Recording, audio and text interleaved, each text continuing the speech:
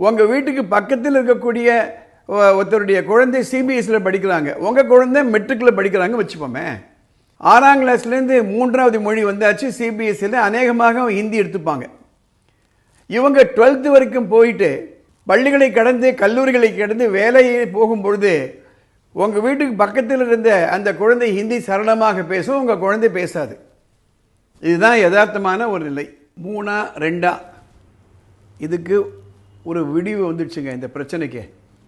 அண்மையில் CBSE circular வரும் கல்வியாண்டு 2026-27 6th standard onwards 3rd language கம்பல்சரின்னு சொல்லிட்டாங்க. 3rd லாங்குவேஜ் தான் சொல்லிருக்காங்களே தவிர இது எந்த மொழின்னு சொல்லலை. இதை தான் நேஷ்னல் எஜுகேஷன் பாலிசியும் 3rd லாங்குவேஜ் ஃபார்முலான்னு சொல்லியிருக்காங்க.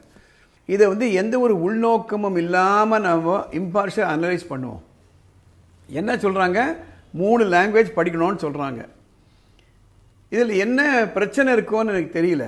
இங்கிலீஷ் வெளிநாடுகளுக்கு போனால் தேவை, பல நாடுகளில் பேசக்கூடிய லாங்குவேஜ் இங்கிலீஷுங்க. தாய்மொழி கண்டிப்பாக வேணும். இன்றைக்கி பல பெற்றோர்களுடைய குறை என்னென்னா, தாய்மொழியில் பேசலையே அதான் குறை. தாய்மொழி யாரும் வானான்னு சொல்ல போகிறது கிடையாது. 3வது மொழி எதானா ஒன்று. 1960s ஜப்பான் உலக நாடுகளுக்கு ஒரு முன் உதாரணமாக இருக்கும் பொழுது எல்லாரும் போய் ஜாப்பனீஸ் லாங்குவேஜை கற்றுனாங்க.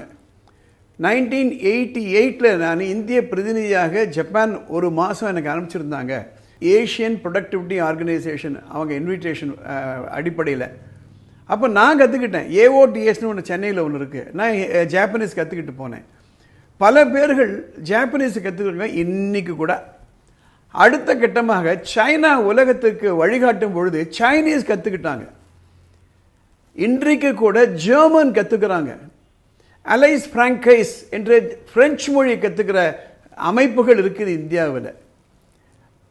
அப்படி பார்க்கும் பொழுது ஒரு எக்ஸ்ட்ரா லாங்குவேஜ் கற்றுக்கிறதுன்றது ஏற்கனவே நம்ம நடைமுறையில் இருப்பது தான்.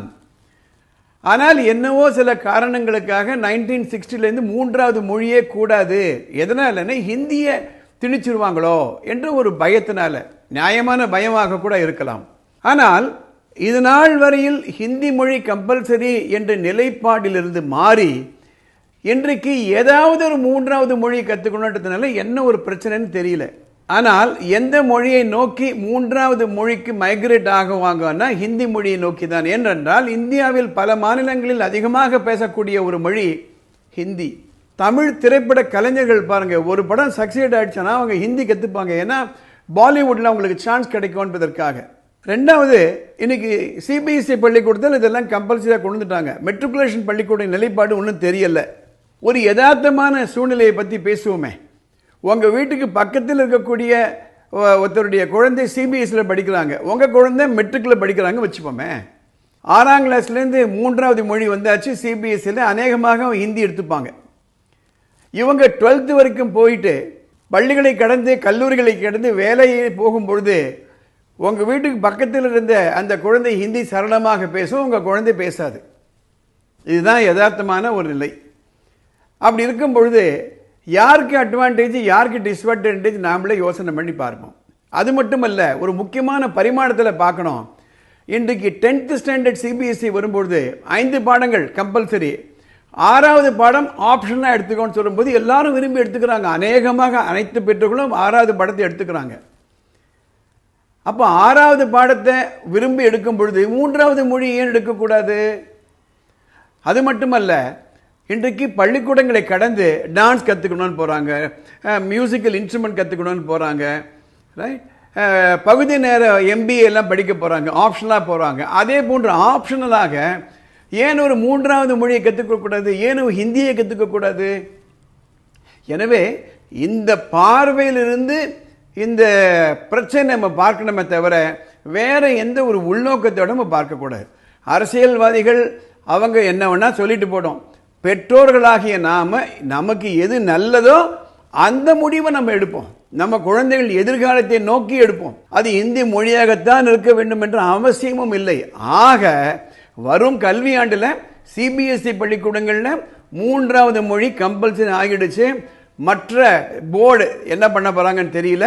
இது பெற்றோர்களுடைய விருப்பத்துக்கே விட்டுறேன். இந்த பிரச்சனை பொறுத்த வரையில் now the situation is sorted out as far as the CBSE schools are concerned. CBSE பள்ளிக்கூடங்களை பொறுத்தவரையிலே now the issue is sorted out. Third language is compulsory from 6th onwards.